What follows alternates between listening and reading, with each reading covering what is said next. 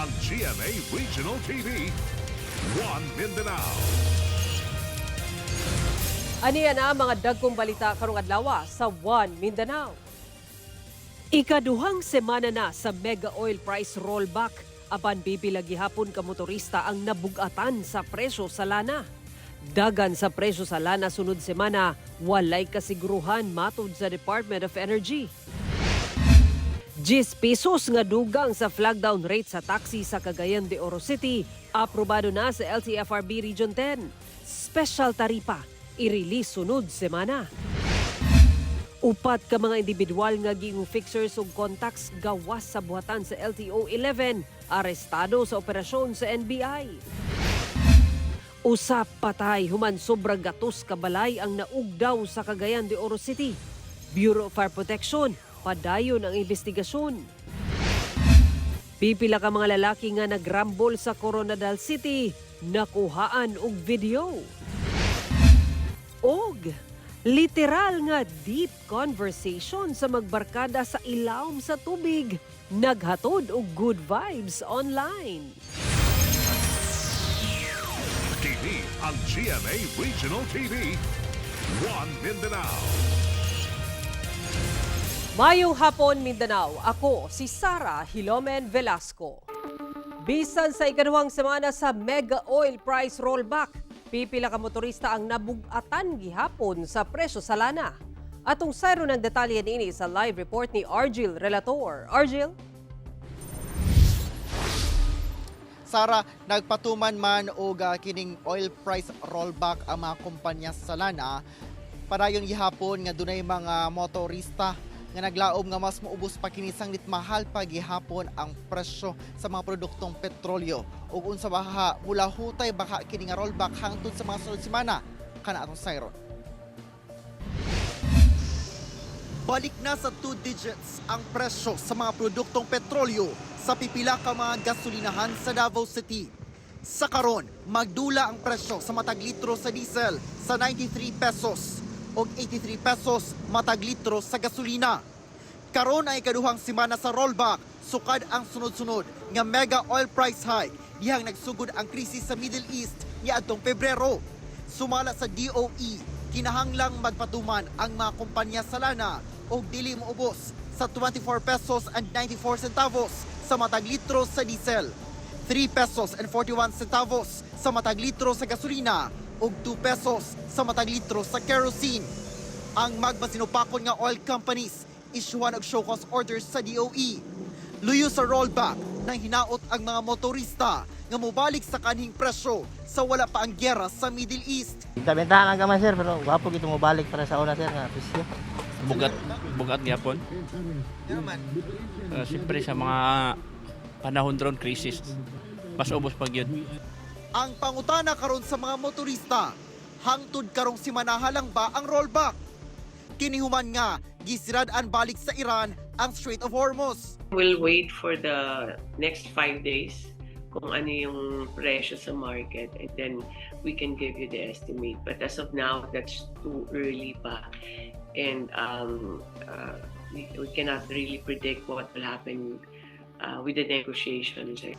Dugang sa DOE, doon na pa'y maabutay nga supply sa diesel sa nasud. Human ang duha ka hugna sa diesel shipment niya atong March 26, di naghatod og 142,531 barrels. Og niya atong April 10 nga naghatod og 329,650 barrels. For Subic arriving tomorrow, it's about 320,000 barrels. And by the end of the week, April 24, the other shipment heading for Davao will be again another 330,000 barrels. Suma total ana sa 1.12 million barrels sa diesel ang supply sa nasud. Gilauman sab ang delivery sa 21,000 metric tons sa liquefied petroleum gas o LPG sa katapusan sa Mayo. Sara, sa karon dili pa makahatag og bana-bana ang Department of Energy kung magpadayon ba ang oil price rollback sa sunod nga mga semana o dili ba mosaka ang presyo sa mga produktong petrolyo kay lagi mag-agad matud pa kini sa world market. Sara. Okay, daghang salamat, Argil Relator. Karong gipatuman ang ikaduhang sagunsong hugna sa mega oil price rollback. Mibahad ang Department of Energy sa mga kompanya sa lana nga dili mutuman niini. Sa kinatibukan, miabot na sa kapin 40 pesos kada litro ang gius-us sa presyo sa diesel ug kapin 7 pesos sa gasolina human sa duha ka semanang sagunsong mega oil price rollback. Sumala sa Department of Energy, ginakontrol na sa gobyerno ang presyo sa petrolyo. Gamit ang police power sa gobyerno base sa Executive Order 110 nga nagdeklara og National Energy Emergency. Kinahanglang musunod ang mga oil company sa gitakdang presyo sa gobyerno matag semana. Ang mga oil company nga musupak, ipaesplikar og posibleng maisyuhan og show cause order. Atong sayro ng dugang pang mga balita sa Mindanao, makauban nato si Efren Mamak live sa General Santos City. Efren. Salamat, Sarah. 10 pesos nga increase sa lockdown rate sa mga taxi sa Cagayan de Oro City gikalipay sa mga taxi drivers. LTFRB 10 sugdan matud pang pag-isyu sa bagong taripa sunod semana. Ang detalye sa report ni James Paulo Yap. Human nga nakigpulong kagahapong adlaw sa buhatan sa LTFRB 10 ang pipila ka taxi operators ug drivers. Gibutyag sa buhatan nga adunay 10 pesos nga flag down rate increase ang naaprubahan na sa ahensya. Karon nagpadayon gihapon ang pagsaka sa presyo sa gasolina tungod sa kagubot sa Middle East. Sumala sa LTFRB 10, Transportation Development Officer Muhammad Hajam Sarip nga last year pa naaprubahan ang maong memorandum circular nga nagtakda sa flag down rate sa taxi gikan sa 40 pesos ngadto sa 50 pesos. Apan wala kini maimplementar tungod sa hangyo sa taxi operators ug drivers. This year, itong fuel crisis, nag-re-appeal na sila na i-implement na itong 50 pesos. So, among naisgutan, diri sa opisina, ug ang mga stakeholders na to na i-implement na lang, plus 10 na lang, para dili sa sila makakalibrate. Giuyunan man sab sa mga taxi driver ug operator ang gianunsyo sa LTFRB 10 nga usbaw sa flag down rate sa taxi. Sumala nila nga aduna na kini gamay nga alibyo kanila, ilabi pa nga adlaw-adlaw sila gatubil og gasolina. Apan supak sila sa temporaryong taripa nga ipanghatag sa LTFRB 10 tungod sa kabalaka nga basin dili kini tumanon sa mga pasahero. Mas maayo itong magpa-calibrate 2,000 ang bayad na may calibration fee, no? Balag magbayad mig 2,000 basta kay dili may mag-away sa pasahero. So ang among gusto katong dili plus kay samo kay na. Dugang pa ni Hamaka nga ilang problema ang mga pasahero nga mangayo og resibo tungod dili matud pa mo reflect sa resibo ang dugang 10 pesos nga flag down rate increase kung dili makalibrate ang ilang metrohan. Kung unsay resibo nga mogawas dito sa atong taximeter, moto ang mabayran sa atong pasahero.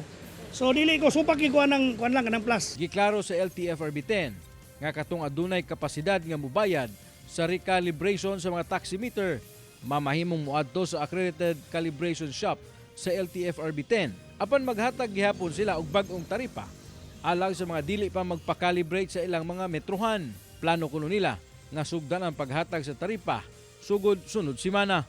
Pasabot lang ang mga commuters na to. Anyway, ang itong mga commuters, labi na diri sa Region 10, madali ra man pud makasabot kay kaning pag plus na to during 2019 na plus 5 na to, makasabot man pud sila. Kauban si Makoy Sempron, James Paulo Yap, 1 Mindanao. Upat ka mga individual ang arestado sa operasyon sa NBI Sembro sa gawa sa buhatan sa LTO 11 sa Davao City. Ang madinakban gingong fixers ug contacts nila sa mga establishmento nga nagahanyag og serbisyo alang sa requirements sa LTO. Lakip sa ginasubay na karon ang mga posibleng koneksyon sa fixers nga mga empleyado sulod sa LTO 11. Nakaalerto si Argil Relator. Human ang masusing surveillance, gikasa sa agents sa NBI Sembro ang entrapment operation. Ang target, mga giingong fixers sa gawas mismo sa buhatan sa LTO 11. Dungan nga nagpahigayon og operasyon ang NBI sa duha ka establishmento, usa ka driving academy ug usa ka medical laboratory. Duha ka matud pa fixers ug duha ka giingong contact nila sa mga establishmento nga nagahanyag og serbisyo alang sa requirements sa LTO ang nadakpan. So yung mode before the arrest is may mga fixers na lalapit sa mga clients and then they will bring it to different establishment na ang services related sa LTO registration. Nag-ugat matud pa ang operasyon sa pagpatabang sa mismong regional director sa LTO 11 alang sa pagkontra sa fixers sa mga serbisyo sa LTO sama sa pagkuha og driver's license, rehistro, renewal ug uban pa. Ginalantaw nga duna sabdaw koneksyon sa sulod sa mismong LTO 11 ang maong giingong fixers. We're very quite sure meron. Then, forward sa LTO na utos na ng direktor nyo. Pag hindi sila nag-cooperate sa direktor nila, sa cleansing na mangyayari, nandun yung NBI. Dugay-dugay na matud pa kini nga illegal nga aktibidad busa bahad sa NBI ngadto sa mga nalambigit nga empleyado. Wala exempted dito. Kahit nga si direktor, sabi niya, kung may kasalanan yung buong opisina ko, di trabahoin na ng NBI. Pwedeng natin sabihin na warning na rin sa loob ng LTO. Tinrabaho na kayo ng NBI sa labas. Huwag nyo na hintayin, papasok pa kami sa loob, magkahiyaan tayo. Kung meron man, no, paalala na lang to sa kanila. Huwag na nilang hintayin, madamay pa sila. No, para ma-ensure natin nga, gaya na sinabi ko, na tapat ang panenervisyo natin sa publiko. Gilimod sa usa sa mga dinakpan nga konektado siya sa fixers. Ang kining fixer nagsulod dito, nagdala og kliyente, wala man ko kabalo kung unsa basta ang musulod sa mo magpa-medical gina-cater na mo. Tapos syempre, kuhaon ako ang bayad kay naman jud bayad ang sa medical. So mao na siya nakadawat ko kwarta kay pero ang akong gidawat na kwarta para lang gid bayad sa medical na 500 pesos. Kaso paglapas sa RA 11032 o Ease of Doing Business and Efficient Government Services Delivery Act of 2018 ang atubangon sa mga dinakpan. Kauban si Melchor Awing sa kamera. Ako si Orgil Relator. 1 Mindanao. Usa ka lalaki ang patay, samtang sobra usa ka gatos ka mga balay ang nasunog sa Cagayan de Oro City. Electrical flying connection, usa sa mga ginalantaw nga hinungdan sa sunog. Ang detalye sa report ni James Paulo Yap. Usa ka dakong kalayo ang miulbo sa sitio San Isidro Labrador sa barangay Lapasan sa Cagayan de Oro City pasado alas 11 Lunes sa gabi. Sa video nga kuha sa mga personahe sa barangay Lapasan, makita pa ang dakong bugwak sa kalayo samtang ginalamoy ang mga kabalayan sa lugar. Sa inisyal nga investigasyon sa BFP, ang sunog nagsugod matud pa sa panimalay ni alias Matmat tungod sa kadako sa kalayo. Gisaka gilayon sa BFP sa ikaupat nga alarma ang sunog. Gama lang matud pa sa light material sa mga balay, hinungdan nga paspas nga mikaylap ang kalayo. Sa sobra ka dry sa panahon karon, then include pa kagahabi ini sabay gyud ang hangin sir, no, nagbali-bali siya og kanang huyop, no, moto ang spread sa kalayo. Sumala sa usa ka residente nga nasunugan, adunay mga bata nga mi-report kanila nga adunay magtiayon nga nag-away pasado alas 11 sa gabi. Pagkataod-taod, kalit lang kuno miulbo ang dakong kalayo. Ingon nila na adain ko naman nag-away, nag-ingon din ka, sige panghipos na lang mo diya kay hurot mo karon diya. Marog inana ba nga istorya sa mga bata po, talaga kakita po. Pero mo'y sa ato pa mo tuyo na. Marog ako una-una. Sa kapaspas sa hitabo, halos na mga residente, walay nasalbar pa nga mga gamit. Gikumpirma sab sa BFP nga adunay usa ka lalaki ang nakabsan sa kinabuhi atol sa sunog tungod giatake kini sa kasing-kasing. Nadala ni siya sa ato ang EMS sa Bureau of Fire but declared dead on arrival sa NMMC. Under investigation pa man gyud siya up to now. But naatay mga kining mga alleged na mga kining nadungog, no, upon interview nato, no, na daw kining especially katong katong sa jumper na story or kanang illegal electrical connection. Sa karon iyahay na lamang og diskarte ang pipila ka mga tagbalay aron nga adunay makuha og mapuslan pa aron ila mabaligya aron nga makwartahan sab nila aron nga aduna sila magamit sa ilahang pang-adlaw-adlaw nga liho karon nga nahitabo na ang dakong sunog dinhi sa maong lugar ug sumala sa pinakaulahing tala sa barangay Lapasan. Dili moubos sa 250 ka mga pamilya ang apektado sa nahitabong dakong sunog kaganinang kadlawon nga milamoy sa kapin usa ka gatos ka mga balay. Sa karon temporaryo unang gipahimutang ang mga nasunugan sa barangay Covered Court ug sa North City Central School sa maong barangay. Mukabat matud pa sa kapin 1 million pesos ang danyo sa sunog. Kauban si Makoy Sempron, James Paulo Yap, 1 Mindanao. Mas milayo pa sa gawa sa Philippine Area of Responsibility ang bagyo nga dunay international name nga Sinlaku. Sa karon wala nay ginabantayang pagdaot sa panahon ang pag-asa apan posible ang pagulan sa pipila ka lugar tungod sa localized thunderstorms. Easterlies ang nakaapekto karon sa halos tibok nasod apan bisan init ang panahon, posible gihapon ang mga pag-ulan sa hapon o gabii.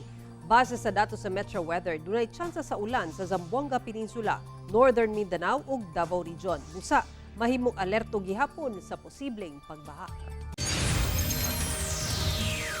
TV ang GMA Regional TV. One Mindanao. Pipila ka mga estruktura ug mga bangka sa mga mananagat ang nadanyo suman ang paghapak sa mga dagkong balod sa kadagatan sa mga lungsod sa Don Marcelino ug Jose Abad Santos sa Davao Occidental. Ang detalye sa report ni Argil Relator.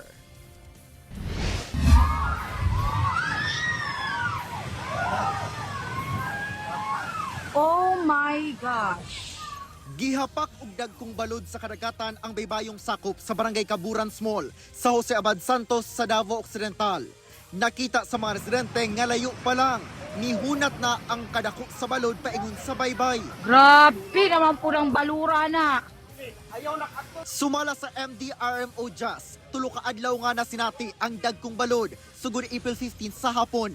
Apektado ang baybayon sa pipila ka purok sa Barangay Kaburan Small ug usa ka purok sa Barangay Kaburan Big. Ana sa 5 to 10 meters matud pa ang gilagputan sa tubig dagat padulong sa dalan. For the past 3 days kasi sir, mga almost 5 hours ang medyo hampas yun sa kusog hampas yun sa ato ang balod sa ato ang shoreline. The waves kasi sir can be associated with the super typhoon Sinlaku. Even though layo siya sa ato ang Philippine Area of Responsibility, since ato ang area is within the outer ring bands manggod sa ato ang bagyo, so naadyo mga kusog nga balod or hampas ng hangin sa ato ang kadagaton. Nagparayo ng assessment sa MDRMO apan sa inisyal nga ihap, dunay na danyos nga balay ug mga bangka. So as of now kasi sir, ang na-report pa lang sa AMUA, isa ka balay pa lang na totally damaged sir. So nahatagan na naman sila mga shelter kit gahapon or the last day pa sir. Aside from the houses na affected sir is naputin mga motor bangkas na naka-park lang gani sa shoreline. And then because of the kusog ang balod, ang mga kapig ng putol. Sa Barangay Kyobog sa katapad nga lungsod sa Don Marcelino, 8 ang totally damaged, samtang 16 ang partially damaged nga balay nga naigo sa dagkong balod. Ang PDRMO Davao Occidental sa pakikalayon sa MDRMO Don Marcelino nang hatag og relief goods ug uban pang mga panginahanglan sa mga apektadong residente. Parayon sa mga ilang assessment ug monitoring. Mas mikalma na matud pang sitwasyon karon sa kadagatan kung itandi sa mga milabay nga adlaw. Hinoon, parayon nga mag-igmat sa lakat sa panahon, ilabi na kadtong namuyo duol sa baybayon. Ako si Argil Relator. One Mindanao. Pipila ka kalalakin anang nakuhaan og video nga nagrambol at ubangan sa usa ka night market sa Coronadal City. Ano yang detalye? Sa video makita kining usa ka lalaki nga gitabangan og kulata sa laing duha ka kalalakin-an nga nakaputi og itom nga t-shirt at ubangan sa night market sa Barangay Zone 2 Coronadal City Domingo sa kadlawon. Taod-taod ang maong mga lalaking nangulata miduol sab sa lalaking nagbarog nga daw kaubanan sa unang gikulata niini. Hangtod nga gikulata sab kini apan may aksyon og sukol. Taod-taod makita sab ang pagduol sa usa ka babae nga daw miuwang. Apan ang pagsinumbagay daw dunay round 2, pares-pares na ang nagsinumbagay. Apan paglabay sa pipila ka higayon, naundang kini human duna kunoy miuwang nga mga residente. Matod sa uploader kinsa nangaon sa mong lugar, dili sab niini masuta kung unsay tinubdan sa away. Matod sa Coronadal City Police, wala kunoy bisan usa nga mi-report sa kapulisan kalabot sa insidente. Naibawan lang kuno kini gumikan sa viral nga post.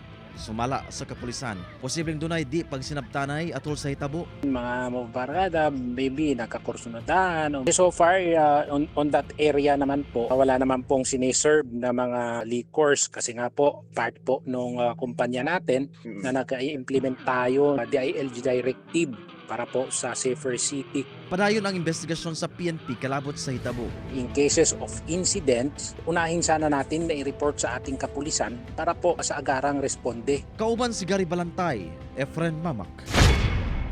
One Mindanao.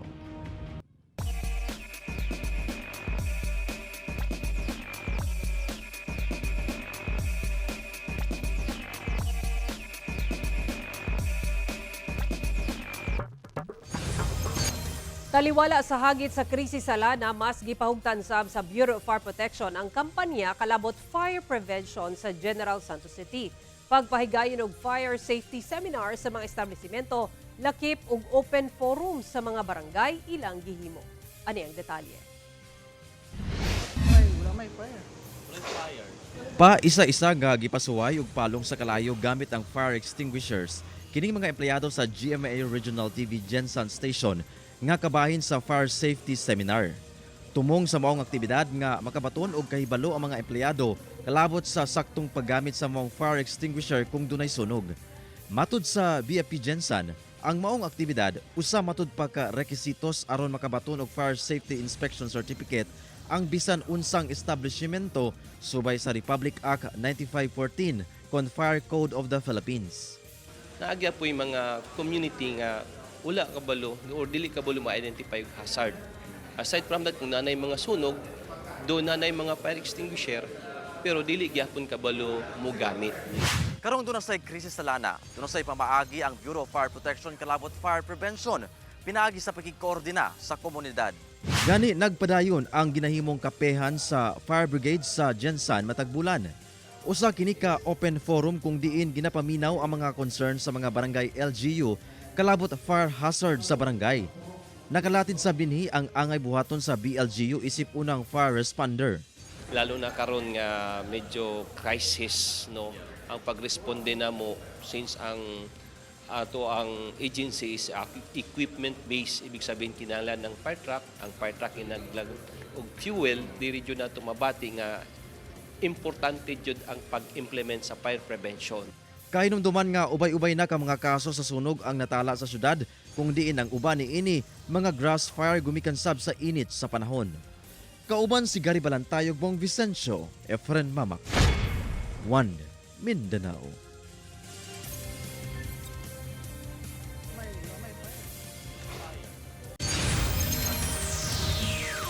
TV ang GMA Regional TV. One Mindanao.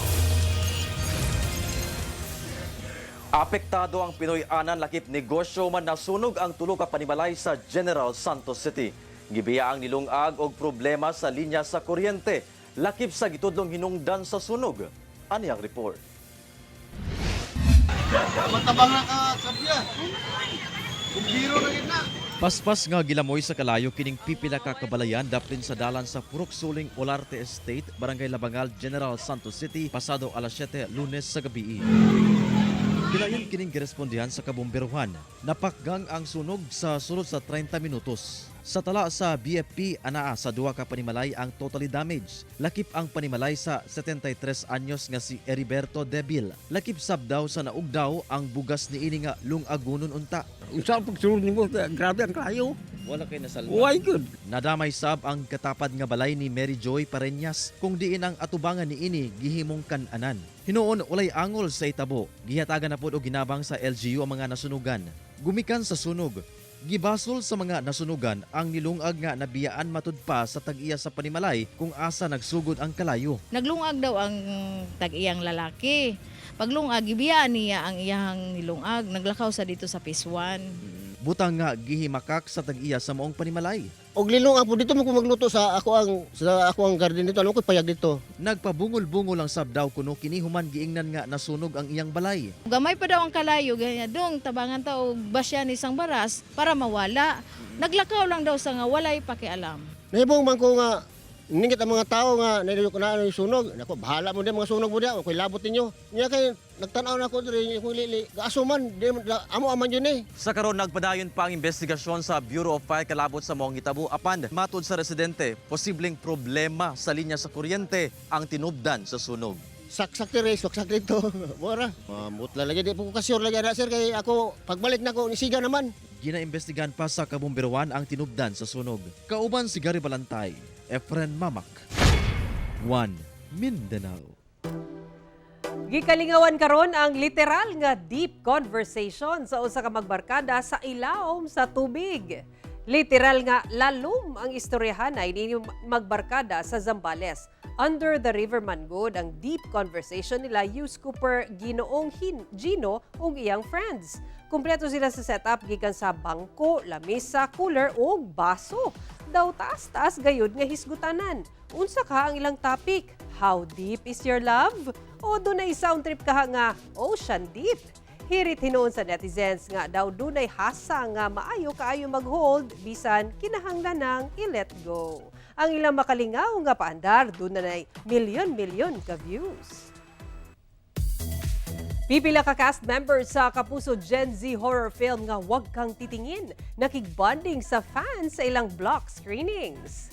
Karong showing gihapon sa mga sinehan ang horror film nga Wag Kang Titingin, ang pipila ka cast members niini misalmot sa block screenings. Si Sofia Pablo anaa sa screening sa Quezon City. Sila The Secrets of Hotel 88 stars Kira Ballinger ug Josh Ford o Kish anaa sa Mandaluyong. Spotted sub si Born to Shine actor Michael Sager sa duha ka managlahing screening sa Quezon City kung asa naka-meet and greet niya ang fans. Present sub sa nagkadiyang block screening sila Marco Massa ug Charlie Fleming. Si Shuvi Atrata gawa sa screening, nakabonding ang fans sa tree planting activity sa Binangonan, Rizal.